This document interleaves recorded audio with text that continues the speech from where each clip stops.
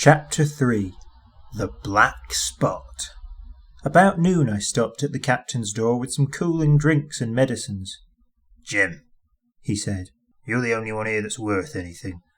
And now you see, mate, I'm pretty low and deserted by all. And Jim, you'll bring me one noggin of rum now, won't you, matey?" "The doctor," I began, but he broke in, cursing the doctor in a feeble voice, but heartily. "Doctors is all swabs," he said. "And that doctor there, why, what do he know about seafaring men? I've been in places hot as pitch, and mates dropping round with yellow jack, and the blessed land a-heaving like the sea with earthquakes. What do the doctor know of lands like that? And I lived on rum, I tell you. It's been meat and drink, and man and wife to me, and if I'm not to have my rum now, I'm a poor old hulk on a lee shore. My blood'll be on you, Jim, and that doctor swab." And he ran on again for a while with curses. "Your doctor hisself said one glass won't hurt me. I'll give you a golden guinea for a noggin, Jim." He was growing more and more excited, and this alarmed me for my father, who was very low that day and needed quiet. Besides, I was reassured by the doctor's words now quoted to me, and rather offended by the offer of a bribe. "I want none of your money," said I, "but what you owe my father. I'll get you one glass, and no more." When I brought it to him, he seized it greedily and drank it out. "Aye, aye," said he, "that's some better, sure enough. And now, matey, did that doctor say how long I was to lie here in this old berth?" "A week at least," said I. "Thunder!" he cried. "A week? I can't do that. They'd have the black spot on me by then. The lubbers is going about to get the wind of me this blessed moment." As he said, thus speaking, he'd risen from bed with great difficulty, holding to my shoulder with a grip that almost made me cry out, then moving his legs like so much dead weight. He paused when he had got into a sitting position on the edge. "That doctor's done me," he murmured. "My ears is singing. Lay me back." Before I could do much to help him, he had fallen back again to his former place, where he lay for a while silent. "Jim," he said at length, "you saw that seafaring man today?" "Black Dog?" I asked. "Oh, Black Dog," said he. "He's a bad un, but there's worse that put him on. Now, if I can't get away nowhere, and they tip me the black spot, mind you, it's my old sea chest they're after. You get on a horse. You can, can't you? Well, then you get on a horse, and go to, well, yes, I will, to that eternal doctor swab, and tell him to pipe all hands, magistrates and such, and it will lay him aboard at the Admiral Benbow. All old Flint's crew, man and boy, all on 'em that's left. I was first mate, I was. Old Flint's first mate. And I'm the only one as knows the place. He gave it to me, the Savannah, when he lay a-dying, like as if I was to now, you see. But you won't peach unless they get the black spot on me, or unless you see that Black Dog again, or a seafaring man with one leg, Jim. Him above all." "But what is the black spot, Captain?" I asked. "That's a summons, mate. I'll tell you if they get that. But you keep your weather eye open, Jim, and I'll share with you equals, upon my honour." He wondered a little longer, his voice growing weaker, but soon after I had given him his medicine, which he took like a child, with the remark, "If ever a seaman wanted drugs, it's me," he fell at last into a heavy, swoon-like sleep, in which I left him. What I should have done, had all gone well, I do not know. But as things fell out, my poor father died quite suddenly that evening, which put all other matters on one side.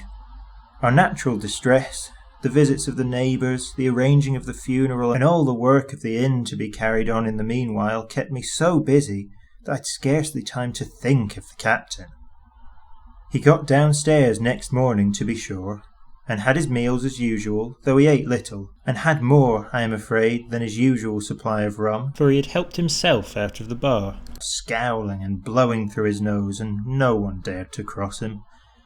On the night before the funeral he was as drunk as ever, and it was shocking, in that house of mourning, to hear him singing away at his ugly old sea-song. But, weak as he was, we were all in the fear of death for him, and the doctor was suddenly taken up with a case many miles away, and was never near the house after my father's death.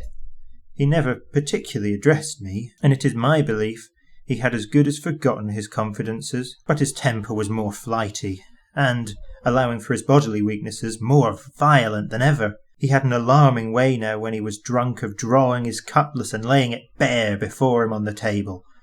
But with all that, he minded people less, and seemed shut up in his own thoughts and rather wondering. Once, for instance, to our extreme wonder, he piped up to a different air, a kind of country love song that he must have learned in his youth before he'd begun to follow the sea.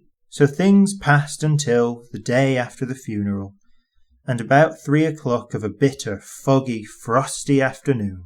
I was standing at the door for a moment, full of sad thoughts about my father, when I saw someone drawing slowly near along the road. He was plainly blind, for he tapped before him with a stick, and wore a great green shade over his eyes and nose, and he was hunched, as if with age or weakness, and wore a huge old tattered sea cloak with a hood that made him appear positively deformed. I never saw in my life a more dreadful looking figure. He stopped a little from the inn, and, raising his voice in an odd sing-song, addressed the air in front of him. "Will any kind friend inform a poor blind man who has lost the precious sight of his eyes in the gracious defence of his native country, England, and God bless King George, where or in what part of this country he may now be?" "You're at the Admiral Benbow, Black Hill Cove, my good man," said I. "I hear a voice," said he, "a young voice.